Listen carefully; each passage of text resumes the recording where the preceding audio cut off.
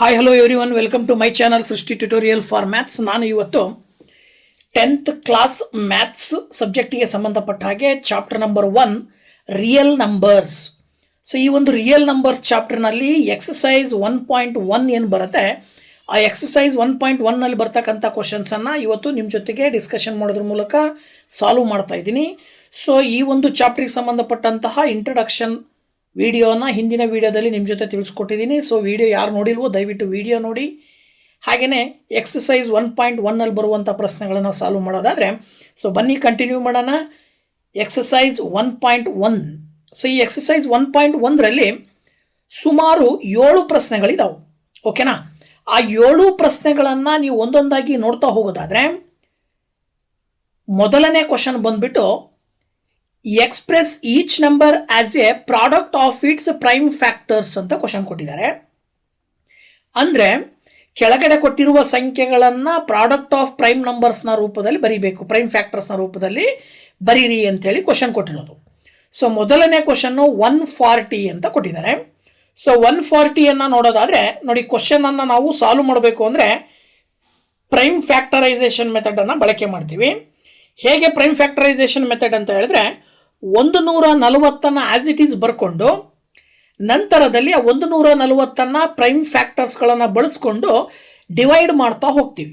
ಈಗ ಉದಾಹರಣೆಗೆ 140 2ರಿಂದ ಭಾಗ ಆಗತ್ತೆ, ಯಾಕಂದರೆ ಬಿಡಿ ಸ್ಥಾನದಲ್ಲಿ 0 ಇದೆ. ಹಾಗಾಗಿ 2ರಿಂದ ಭಾಗಾಕಾರ ಮಾಡೋದಾದರೆ 2ಅನ್ನು ಭಾಗಾಕಾರ ಮಾಡಬೇಕಾದ್ರೆ ಈ ರೀತಿ ಲೈನ್ ಹಾಕ್ಕೊಂಡು ಪಕ್ಕದಲ್ಲಿ 2 ಬರ್ಕೊಂಡು 2ರಿಂದ 140 ಭಾಗಿಸಿದ್ರೆ 70 ಬರುತ್ತಲ್ವಾ.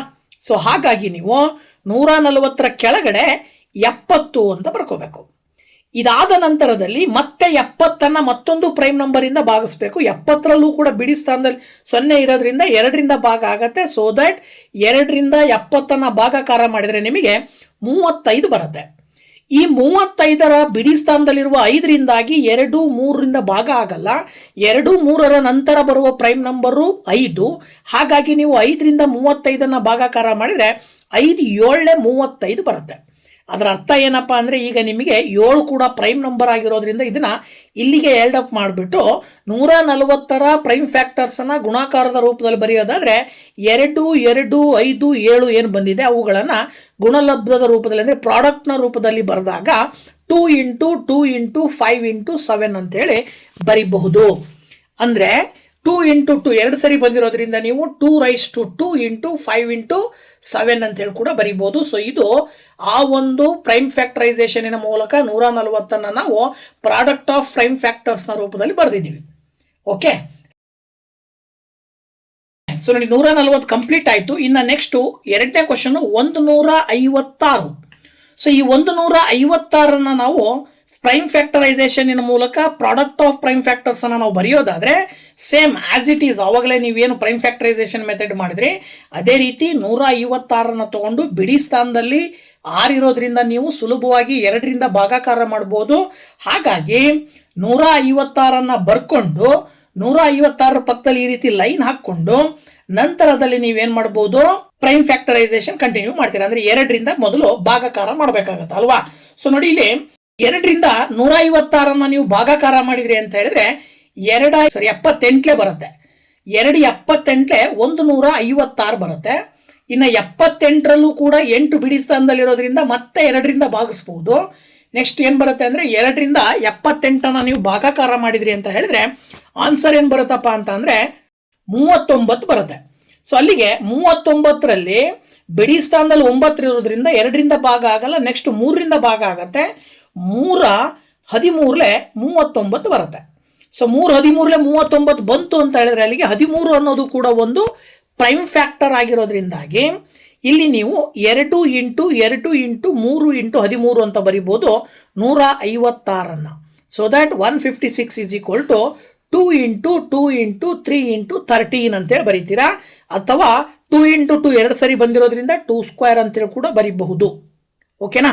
ಸೊ ಇದು ಪ್ರೈಮ್ ಫ್ಯಾಕ್ಟರ್ಸ್ನ ಪ್ರಾಡಕ್ಟನ್ನು ನಾವು ಬರೆದಿದ್ದೀವಿ 156ಗೆ. ಓಕೆ, ಸೊ ಎಕ್ಸಸೈಸಿನ 1ನೇ ಕ್ವಶನ್ನಿನ 2ನೇ ಮೇನು 156 ನೀವು ಸಾಲ್ವ್ ಮಾಡಿದ್ದೀರಾ. ಇದೇ ಕ್ವಶನ್ ನಲ್ಲಿ ಇನ್ನೊಂದು ಕ್ವಶನ್ ಅನ್ನು ಕೊಟ್ಟಿದ್ದಾರೆ. ಸೊ ಅದರ ಪ್ರೈಮ್ ಫ್ಯಾಕ್ಟರ್ಸ್ ಅನ್ನು ಕೂಡ ಪ್ರಾಡಕ್ಟ್ ನ ರೂಪದಲ್ಲಿ ಬರೀಬೇಕು. That is question number 3, 3825. So 3825 ನ ಪ್ರೈಮ್ ಫ್ಯಾಕ್ಟರ್ಸ್ ಅನ್ನ ಪ್ರಾಡಕ್ಟ್ ನ ರೂಪದಲ್ಲಿ ನೀವು ಫೈಂಡ್ ಔಟ್ ಮಾಡಬೇಕು ಅಂತ ಹೇಳಿದ್ರೆ ಇಲ್ಲೂ ಕೂಡ ಏನ್ ಮಾಡ್ತೀರಾ, ಪ್ರೈಮ್ ಫ್ಯಾಕ್ಟರೈಸೇಷನ್ ಮೆಥಡ್ ಅನ್ನ ಬಳಕೆ ಮಾಡಬೇಕಾಗತ್ತೆ. ಸೊ ಪ್ರೈಮ್ ಫ್ಯಾಕ್ಟರೈಸೇಷನ್ ಮೆಥಡ್ ಅನ್ನ ಬಳಸಿ 3825 ನ ಪ್ರಾಡಕ್ಟ್ ಅನ್ನ ಕಂಡುಹಿಡಿಬೇಕಂದ್ರೆ ಪ್ರೈಮ್ ಫ್ಯಾಕ್ಟರ್ಸ್ ನ ಪ್ರಾಡಕ್ಟ್ ನ, ಸೊ ಮೊದಲಿಗೆ ನೀವು 3825 ಅನ್ನ ಆಸ್ ಇಟ್ ಈಸ್ ಬರ್ಕೊಳ್ರಿ. ಅದ್ರ ಪಕ್ಕದಲ್ಲಿ ಈ ರೀತಿ ಲೈನ್ ಹಾಕೊಂಡು ಏನು ಬಿಡಿ ಸ್ಥಾನದಲ್ಲಿ 5 ಇರೋದ್ರಿಂದಾಗಿ 5ರಿಂದ 3825 ಅನ್ನ ಡಿವೈಡ್ ಮಾಡಿದ್ರಿ ಅಂದ್ರೆ ನಿಮಗೆ ಆನ್ಸರ್ ಏನು ಬರುತ್ತಪ್ಪ ಅಂತ ಹೇಳಿದ್ರೆ 765 ಬರುತ್ತೆ. And in the next step ಮತ್ತೆ 5 ಬಿಡಿ ಸ್ಥಾನದಲ್ಲಿ ಇರೋದ್ರಿಂದಾಗಿ ಮತ್ತೊಂದು ಟೈಮು 5ನಿಂದ ನೀವು 765ನ ಡಿವೈಡ್ ಮಾಡಿದ್ರಿ ಅಂತ ಹೇಳಿದ್ರೆ ನೋಡಿ, ಇಲ್ಲಿ 5ರಿಂದ 765 ಭಾಗಾಕಾರ ಮಾಡಿದಾಗ ನಿಮಗೆ ಸಿಗ್ತಕ್ಕಂಥ ಕೋಶಂಟ್ ಬಂದ್ಬಿಟ್ಟು 153. ಅದನ್ನ 765 ಕೆಳಗಡೆ ಬರ್ಕೊಳ್ತೀರಾ. ನೆಕ್ಸ್ಟ್ ಸ್ಟೆಪ್ ಅಲ್ಲಿ ಮತ್ತೆ 153 ನೀವು ಭಾಗಾಕಾರ ಮಾಡಬೇಕು. ಬಿಡಿ ಸ್ಥಾನದಲ್ಲಿ 3 ಇರೋದ್ರಿಂದ 3ರಿಂದ ಭಾಗಾಕಾರ ಮಾಡಿದ್ರಿ ಅಂತ ಹೇಳಿದ್ರೆ 3ರಿಂದ 153 ಭಾಗಾಕಾರ ಮಾಡಿದ್ರಿ ಅಂದ್ರೆ ನಿಮಗೆ 51 ಬರುತ್ತೆ. ಗೊತ್ತಾಯ್ತಲ್ವಾ? ಸೊ 3 × 51 ಮಾಡಿದರೆ ನಿಮಗೆ 153 ಬರೋದ್ರಿಂದಾಗಿ ನೀವು 51 ಬರೀತೀರಾ. ನೆಕ್ಸ್ಟ್ ಸ್ಟೆಪ್ಪು ಅದೇ 51 ನೀವು ಮತ್ತೆ ಭಾಗಾಕಾರ ಮಾಡಬಹುದು. 51 ಅಂತಕ್ಕಂಥ ನಂಬರ್ ಇರೋದ್ರಿಂದಾಗಿ ಮತ್ತೆ 3ರಿಂದ ನೀವು ಭಾಗಿಸಿದ್ರಿ ಅಂತ ಹೇಳಿದ್ರೆ 17ರಿಂದ ಭಾಗ ಆಗತ್ತೆ. So that 3 17 51. ಸೊ ಈಗ ನಿಮಗೆ ಪ್ರೈಮ್ ಫ್ಯಾಕ್ಟರ್ಸ್ ಸಿಗ್ತಾ ಹೋಗಿದಾವೆ. 5 5 3 3 17. All these are the prime factors. ಇವಿಷ್ಟನ್ನ ನೀವು ಪ್ರಾಡಕ್ಟ್ ರೂಪದಲ್ಲಿ ಬರೆದ್ರೆ 5 × 5 × 3 × 3 × 17, that is the prime product of prime factors of 3825. Okay, so ಇದಾದ ನಂತರದಲ್ಲಿ ಒಂದೇ ಮೇನಿನ 4ನೇ ಕ್ವಶನ್ ನಾನು ನೋಡೋಣ. ಈಗ 5005 ಅಂತ ಇದೆ. ಸೊ ಈ ಒಂದು 5005 ಅಂತಕ್ಕಂತಹ ನಂಬರು ಕೂಡ ಇದನ್ನು ಕೂಡ ಪ್ರೈಮ್ ಫ್ಯಾಕ್ಟರೈಸೇಷನಿನ ಮುಖಾಂತರ ಪ್ರಾಡಕ್ಟ್ನ ಪ್ರೈಮ್ ಫ್ಯಾಕ್ಟರ್ಸ್ನ ನೀವು ಬರೆದ್ರಿ ಅಂತ ಹೇಳಿದ್ರೆ ನೋಡಿ, ಮೊದಲನೇದಾಗಿ ನೀವು ಮಾಡಬೇಕಾಗಿರೋದು ಇಲ್ಲೂ ಕೂಡ 5005 ಆಸ್ ಇಟ್ ಈಸ್ ಬರ್ಕೊಂಡು ಅದ್ರ ಪಕ್ಕದಲ್ಲಿ ಒಂದು ಲೈನ್ ಅನ್ನ ಹಾಕೊಂಡು ಬಿಡಿ ಸ್ಥಾನದಲ್ಲಿ 5 ಇರೋದ್ರಿಂದ 5 × 1001 ಮಾಡಿದ್ರೆ 5005 ಬರುತ್ತೆ. ಈಗ 1001 ಅನ್ನ 7ರಿಂದ ಡಿವೈಡ್ ಮಾಡಿದ್ರೆ 143 ಬರುತ್ತೆ. ಹಾಗೆ 143 ಅನ್ನ 11ಇಂದ ಡಿವೈಡ್ ಮಾಡಿದ್ರೆ 13 ಬರುತ್ತೆ. ಸೊ ಈಗ ನಿಮಗೆ ಇಲ್ಲೂ ಕೂಡ ಫ್ಯಾಕ್ಟರ್ಸ್ ಸಿಕ್ಕಿದಾವೆ 5 7 11 13. ಸೊ ಇವುಗಳನ್ನ ಪ್ರಾಡಕ್ಟ್ ರೂಪದಲ್ಲಿ ನೀವು ಬರೆದ್ರಿ ಅಂತ ಹೇಳಿದ್ರೆ 5005 ದಟ್ ಈಸ್ ಈಕ್ವಲ್ ಟು 5 × 7 × 11 × 13 ಅಂತೇಳಿ ಸುಲಭವಾಗಿ ಬರಿಬಹುದು. ಈಗ ನಿಮಗೆ 5005ನ ಪ್ರಾಡಕ್ಟ್ ಪ್ರೈಮ್ ಫ್ಯಾಕ್ಟರ್ಸ್ನ ಪ್ರಾಡಕ್ಟ್ ಅನ್ನ ಹೇಳಬಹುದು. ಓಕೆನಾ? ಸೊ ಇದಿಷ್ಟು ಈ ಒಂದು 5005ನ ಪ್ರೈಮ್ ಫ್ಯಾಕ್ಟರ್ಸ್ ಅಂತ ಹೇಳಿ ಕರಿಬಹುದು. ಇದಾದ ನಂತರದಲ್ಲಿ ನೆಕ್ಸ್ಟ್ ಕ್ವಶನ್ ಅನ್ನ ನೀವು ನೋಡೋದಾದ್ರೆ, ಸೊ ನೋಡಿ, 1ನೇ ಮೇನ್ನಲ್ಲಿ 4ನೇ ಕ್ವಶನ್ ಆಯಿತು. ಇನ್ನು 5ನೇ ಕ್ವಶನ್ನು 7429. ಇದರ ಪ್ರೈಮ್ ಫ್ಯಾಕ್ಟರ್ಸ್ ಅನ್ನು ಕೂಡ ಪ್ರಾಡಕ್ಟ್ ನ ರೂಪದಲ್ಲಿ ಬರೀಬೇಕು. ಸೊ ಇದನ್ನು ಕೂಡ ಎಕ್ಸ್ಪ್ರೆಸ್ ಮಾಡೋದಾದ್ರೆ ಮೊದಲನೇದಾಗಿ ನೀವು ಮಾಡಬೇಕಾಗಿರುವ ಕೆಲಸ ಇಲ್ಲಿ 7429 ಅನ್ನ ಆಸ್ ಇಟ್ ಈಸ್ ಬರ್ಕೊಳ್ತೀರಾ. ಓಕೆನಾ? ಸೊ 7429 ಅನ್ನ ನೀವು ಆಸ್ ಇಟ್ ಈಸ್ ಬರ್ಕೊಂಡ ನಂತರದಲ್ಲಿ ಇಲ್ಲೂ ಕೂಡ ನೀವು ಪ್ರೈಮ್ ಫ್ಯಾಕ್ಟರೈಸ್ ಮಾಡಬೇಕು ಅಂದ್ರೆ ಆಕ್ಚುಲಿ 7429 ಪ್ರಾರಂಭದ ಪ್ರೈಮ್ ಫ್ಯಾಕ್ಟರ್ಸ್ಗಳನ್ನು ಟ್ರೈ ಮಾಡ್ತಾ ಹೋದ್ರು 13ವರೆಗೂ ಬರಲ್ಲ. 13ರ ನಂತರ ಬರುವ ಫ್ಯಾಕ್ಟರ್ 17. ಸೊ 17ರಿಂದ 7429 ಭಾಗಾಕಾರ ಮಾಡಿದ್ರೆ 437 ಬರುತ್ತೆ. ಆ 437ಅನ್ನು 19ರಿಂದ ಭಾಗಿಸಿದ್ರೆ 23 ಬರುತ್ತೆ. ಸೊ 17 19 23 ಈ 3 ಸಂಖ್ಯೆಗಳು ಕೂಡ ಪ್ರೈಮ್ ಫ್ಯಾಕ್ಟರ್ಸ್ ಆಗಿರೋದ್ರಿಂದಾಗಿ ಇವುಗಳನ್ನು ಪ್ರಾಡಕ್ಟ್ನ ರೂಪದಲ್ಲಿ ಬರೆದ್ರೆ 7429 ಇಸ್ ಈಕ್ವಲ್ ಟು 17 × 19 × 23 ಅಂತೇಳಿ ನೀವು ಬರೀಬಹುದು. ಓಕೆ, ಸೊ ಅಲ್ಲಿಗೆ 1ನೇ ಮೇನ್ನಲ್ಲಿರುವ 5 ಪ್ರಶ್ನೆಗಳನ್ನು ಸಾಲ್ವ್ ಮಾಡಿದ್ದೀವಿ. ಇನ್ನು ನೆಕ್ಸ್ಟ್ ಬರ್ತಕ್ಕಂಥದ್ದು 2ನೇ ಮೇನ್ನಲ್ಲಿ. ಓಕೆ, 2ನೇ ಮೇನಲ್ಲಿರುವಂತಹ ಪ್ರಶ್ನೆಗಳು ಏನು ಕೇಳಿದ್ದಾರೆ? Find the LCM and HCF of following pairs of integers and verify that LCM into HCF is equal to product of the 2 numbers ಅಂತೇಳಿ. ಸೊ ಹಿಂದಿನ ವಿಡಿಯೋದಲ್ಲಿ ಕೂಡ ಡಿಸ್ಕಷನ್ ಮಾಡಿದ್ದೀವಿ. ಈಗ ಎಕ್ಸಾಂಪಲ್ ಸಮೇತ ಎಕ್ಸರ್ಸೈಸಲ್ಲಿ ಇರುವ 3 ಪ್ರಶ್ನೆಗಳನ್ನು ಹೇಳೋದಾದರೆ, ಮೊದಲು ನೀವು 26 ಮತ್ತು 91 ಅಂತ ಕೊಟ್ಟಿದ್ದಾರಲ್ವಾ. ಸೊ ಈ ಮೊದಲನೇ ಕ್ವಶನ್ನ ನೀವು ಸಾಲ್ವ್ ಮಾಡಲಿಕ್ಕೆ ಪ್ರಾರಂಭ ಮಾಡೋದಾದರೆ, ಮೊದಲು ನೀವು ಮಾಡಬೇಕಾಗಿರುವಂತಹ ಕೆಲಸ ಏನಪ್ಪಾ ಅಂತಂದರೆ, 26 ಮತ್ತು 91 ಬರ್ಕೊಂಡು ಈಗ ನೀವು 26ರ ಫ್ಯಾಕ್ಟರ್ಸ್ಗಳನ್ನು ಬರ್ಕೊಳ್ತೀರಾ 1 2 13. ಹಾಗೆ 91ರ ಫ್ಯಾಕ್ಟರ್ಸ್ ಅನ್ನು ಬರ್ಕೊಳ್ತೀರಾ 1 7 13. ಇವೆರಡನ್ನ ಕಂಪ್ಯಾರಿಸನ್ ಮಾಡಿದಾಗ ಫ್ಯಾಕ್ಟರ್ಸ್ಗಳನ್ನು, ಎರಡೂ ಫ್ಯಾಕ್ಟರ್ಸ್ ಅಲ್ಲೂ ಕಾಮನ್ ಆಗಿರುವಂಥ ನಂಬರು 13 ಹೈಯೆಸ್ಟ್ ಕಾಮನ್ ಫ್ಯಾಕ್ಟರ್ ಅಂತ ಕರಿತೀವಿ. So that HCF is equal to 13 ಬಂತು. ಇದಾದ ನಂತರ ಇದೇ 26 ಮತ್ತು 91ರ product of prime factors of the product ಅಂತ ಏನು ಕರಿತೀವಿ, ಆ ಒಂದು ಪ್ರಾಡಕ್ಟ್ ಅನ್ನು ಬರಿಬೋದು. ಅಥವಾ 26ರ ಮಲ್ಟಿಪಲ್ಸ್ಗಳನ್ನು ನೀವು ಮುಂದೆ ಬರ್ಕೊಳ್ರಿ. ಹಾಗೇನೆ 91ರ ಮಲ್ಟಿಪಲ್ಸ್ಗಳನ್ನು ಬರ್ಕೊಳ್ರಿ. 26ರ ಮಲ್ಟಿಪಲ್ಸು ಮತ್ತು 91ರ ಮಲ್ಟಿಪಲ್ಸ್ಗಳನ್ನು ನೋಡ್ತಾ ಹೋದಾಗ ಇವೆರಡರಲ್ಲೂ ಕಾಮನ್ ಆಗಿರುವಂಥದ್ದು 182. ಸೊ 182 ಅಂತಕ್ಕಂಥ ನಂಬರ್ ಎರಡರಲ್ಲೂ ಕಾಮನ್ ಇರೋದ್ರಿಂದ ಇದನ್ನು ನಾವು ಲೋಯೆಸ್ಟ್ ಕಾಮನ್ ಮಲ್ಟಿಪಲ್ ಅಂತ ಕರಿತೀವಿ, that is LCM. So that LCM is equal to 182 ಆಯಿತು. ಇನ್ನು ಕೊಟ್ಟಿರುವಂತಹ ಎರಡೂ ಸಂಖ್ಯೆಗಳೇನಿದಾವೆ 26 ಮತ್ತು 91, ಆ ಎರಡೂ ಸಂಖ್ಯೆಗಳನ್ನು ಒಂದು A ಅಂತ ತಗೊಳ್ತೀವಿ, ಇನ್ನೊಂದು B ಅಂತ ತಗೊಳ್ತೀವಿ. ಅಲ್ಲಿಗೆ A is equal to 26, ಹಾಗೇನೆ B is equal to 91 ಅಂತ ನೀವು ಬರ್ಕೊಂಡ್ರಿ ಅಂತ ಹೇಳಿದ್ರೆ, ಈಗ ಅವರೇ ಕೊಟ್ಟಿದ್ದಾರೆ ವೆರಿಫೈ ಮಾಡ್ರಿ ಅಂತೇಳಿ. ಏನಂತೇಳಿ, H ಇಂಟು L ಮಾಡ್ರಿ, ಜೊತೆಗೆ A ಇಂಟು B ಮಾಡ್ರಿ, ಎರಡೂ ಸೇಮ್ ಬರುತ್ತಾ ಚೆಕ್ ಮಾಡ್ರಿ ಅಂತ ಕೊಟ್ಟಿರೋದು.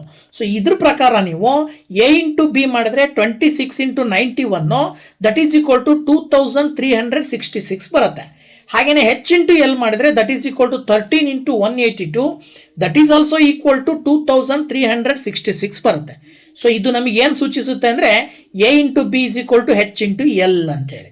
ಯಾವಾಗ A into B is equal to H into L ಅಂತ ಆಯಿತು, ಸೊ ಅವ್ರು ವೆರಿಫೈ ಮಾಡೋಕ್ಕೆ ಕೇಳಿರೋದ್ರಿಂದ ಅದು ಏನು ವೆರಿಫೈ ಮಾಡೋಕ್ಕೆ ಕೇಳಿದ್ರು, product of the HCF and LCM is equal to the product of the numbers ಅಂತ ಕೊಟ್ಟಿದ್ರು ತಾನೆ. So that hence it is verified ಅಂತೇಳಿ ನೀವು ಸುಲಭವಾಗಿ ಹೇಳ್ತೀರಾ. ಇದಾದ ನಂತರದಲ್ಲಿ ಎರಡನೇ ಕ್ವಶನ್ ಅನ್ನ ಈಗ ಚೆಕ್ ಮಾಡೋದಾದ್ರೆ 510 ಮತ್ತು 92. ಸೊ ಈ 510 ಮತ್ತು 92ಕ್ಕೂ ಕೂಡ ಆಸ್ ಇಟ್ ಈಸ್ ಇಷ್ಟೋ ತನಕ ಮಾಡಿರುವ ಪ್ರೊಸೀಜರ್ ಅನ್ನೇ ನಾವು ಕಂಟಿನ್ಯೂ ಮಾಡ್ತಾ ಹೋಗೋಣ. ನೋಡಿ, ಇಲ್ಲಿ ಪ್ರಾರಂಭದಲ್ಲಿ ಏನು ಮಾಡ್ಕೊಳ್ಬೇಕು ಅಂತ ಹೇಳಿದ್ರೆ, ಆಸ್ ಇಟ್ ಈಸ್ 510 ಮತ್ತು 92 ಬರ್ಕೊಳ್ಬೇಕು. ಇದಾದ ನಂತರದಲ್ಲಿ 510ರ ಫ್ಯಾಕ್ಟರ್ಸ್ಗಳನ್ನು 510ರ ಮುಂಭಾಗದಲ್ಲಿ ಬರ್ಕೊಳ್ರಿ. ಹಾಗೆ 92ರ ಫ್ಯಾಕ್ಟರ್ಸ್ ಅನ್ನು ಮುಂಭಾಗದಲ್ಲಿ ಬರ್ಕೊಳ್ರಿ. 510ರ ಫ್ಯಾಕ್ಟರ್ಸು 1 2 3 5 17. ಹಾಗೆ 92ರ ಫ್ಯಾಕ್ಟರ್ಸ್ಗಳನ್ನು ನೀವು ಹೇಳ್ತಾ ಹೋಗೋದಾದ್ರೆ ಯಾವ್ಯಾವ ಬರ್ತವೆ, 1 2 23 ಬರುತ್ತೆ. So when compared to these factors the common factor is 2. So ಎರಡೂ ಕಡೆ ಕಾಮನ್ ಆಗಿ 2 ಇರೋದ್ರಿಂದಾಗಿ ನೀವು very simple HCF is equal to 2 ಅಂತ ಬರೀತೀರ.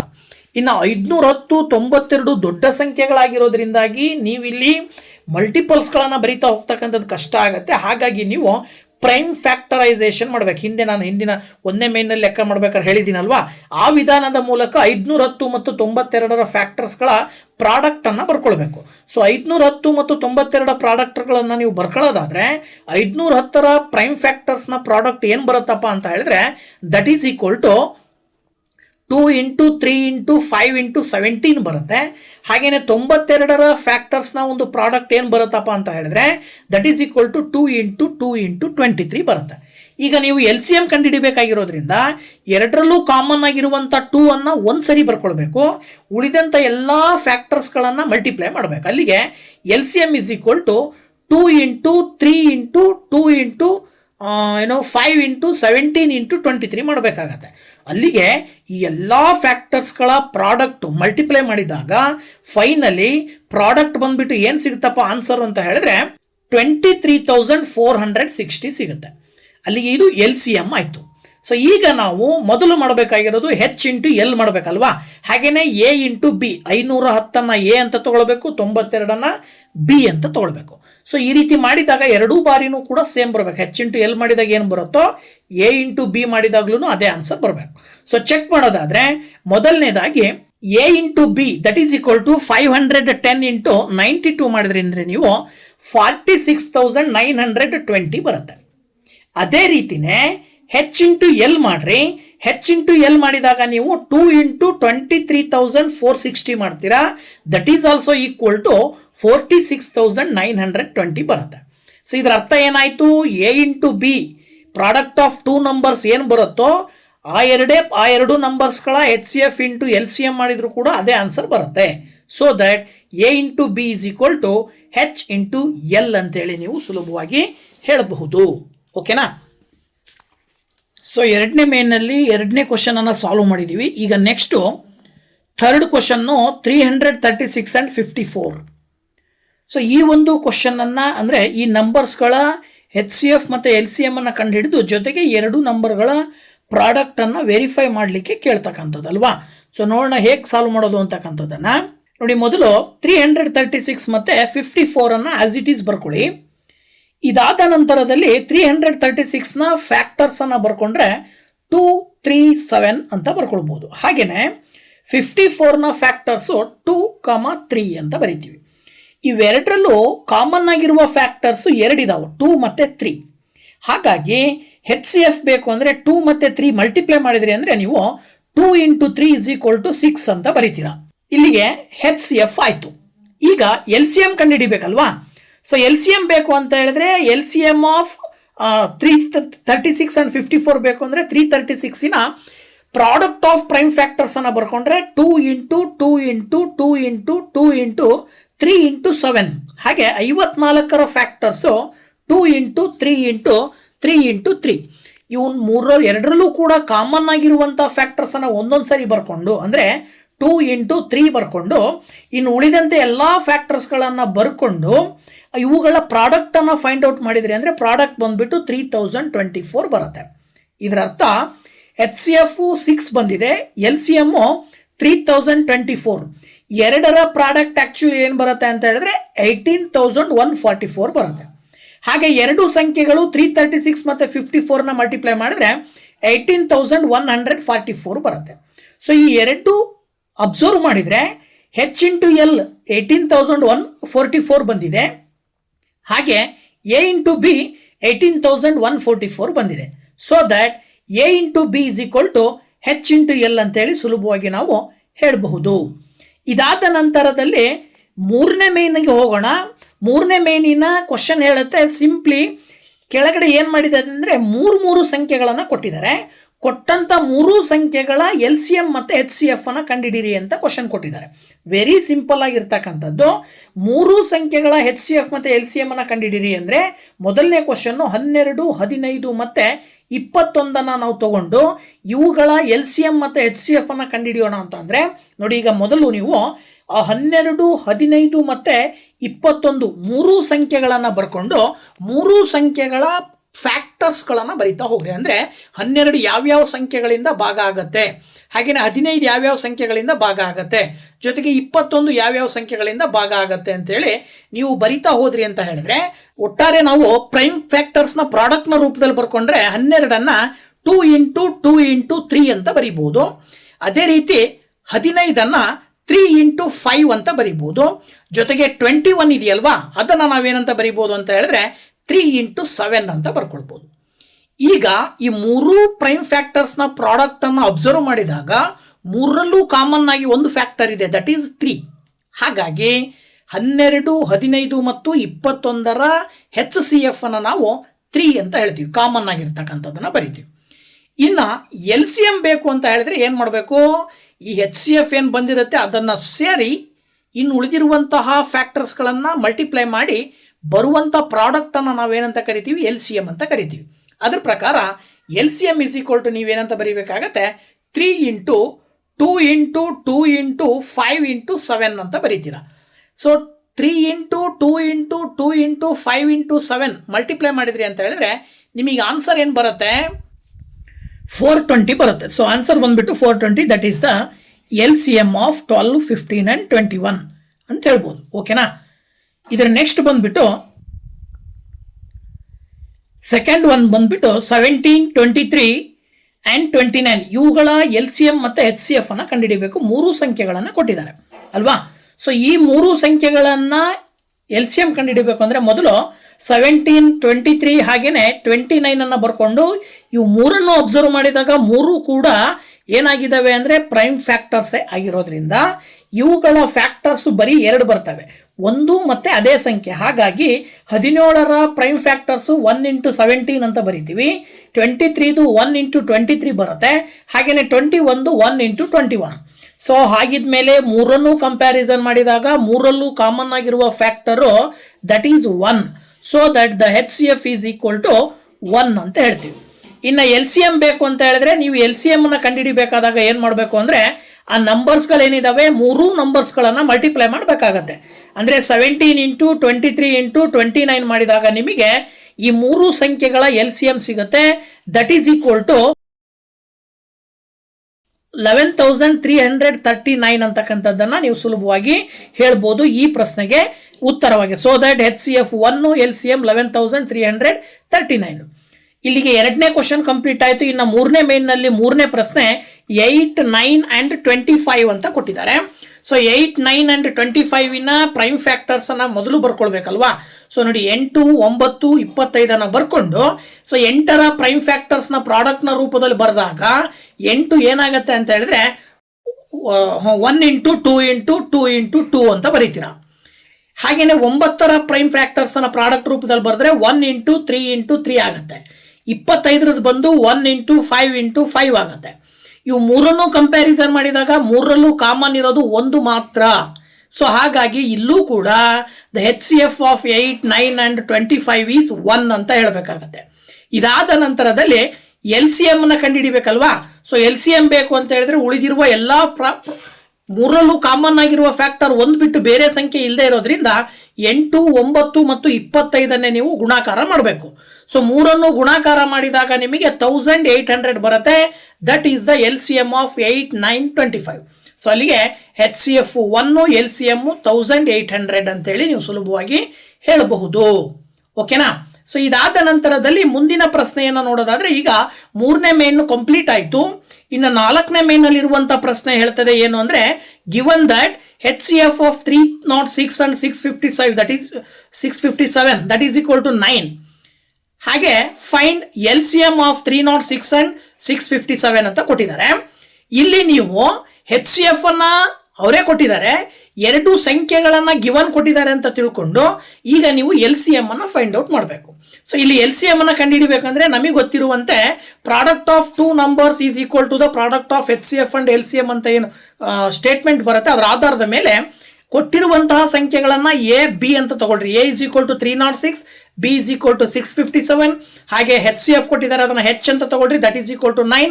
ಇನ್ನು LCM ಅನ್ನ ಕಂಡುಹಿಡಿಬೇಕು, that is equal to question mark ಅಂತ ತಗೊಂಡ್ರೆ ಈಗ ನೀವೇನ್ ಮಾಡ್ಬೋದು ಅಂದ್ರೆ H × L is equal to A × B ಅನ್ನುವಂತಹ ಸೂತ್ರಕ್ಕೆ ವ್ಯಾಲ್ಯೂಸ್ ಅನ್ನ ಸಬ್ಸ್ಟಿಟ್ಯೂಟ್ ಮಾಡಿದ್ರಿ ಅಂದ್ರೆ H ಅಂದ್ರೆ 9, L ಅನ್ನ ಕಂಡುಹಿಡಿಬೇಕು, A ಅಂದ್ರೆ 306, ಹಾಗೇನೆ B ಅಂದ್ರೆ 657.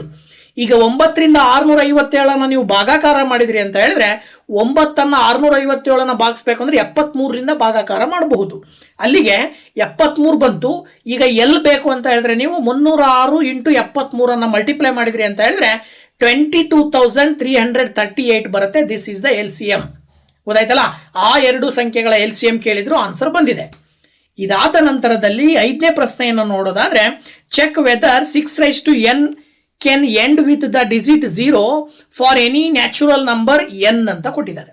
ಅಂದ್ರೆ ಇದರ ಅರ್ಥ 6n ಅಂತಕ್ಕಂಥ ನಂಬರು ಅದಕ್ಕೆ n ಇರೋ ಜಾಗದಲ್ಲಿ ನೀವು ನ್ಯಾಚುರಲ್ ನಂಬರ್ಸ್ ಅನ್ನ ಹಾಕಿದ್ರಿ ಅಂದ್ರೆ ಆ ಒಂದು 6n ಬೆಲೆ ಯಾವಾಗ್ಲಾದ್ರೂ 0ದಿಂದ ಎಂಡ್ ಆಗುವ ಸಾಧ್ಯತೆಗಳು ಇದಾವ ಅಂತ ಕ್ವಶನ್. ಸ್ವಲ್ಪ ಅಬ್ಸರ್ವ್ ಮಾಡೋದಾದ್ರೆ n is equal to natural number ಅಂತ ಕೊಟ್ಟಿರೋದ್ರಿಂದ 1 2 3 4 ... ಅಂತ ತಗೊಳ್ಬಹುದು. ಅಲ್ಲಿಗೆ ನೀವು 6n ಅಂತ ಅಂದ್ರೆ n ಇರೋ ಜಾಗದಲ್ಲಿ 1 ಹಾಕಿದ್ರೆ 6:1 ಬೆಲೆ 6 ಬರುತ್ತೆ. ಹಾಗೆ 6:2 ಅಂತ ಹೇಳಿದ್ರೆ 6 × 6 ಮಾಡಿದ್ರೆ 36 ಬರುತ್ತೆ.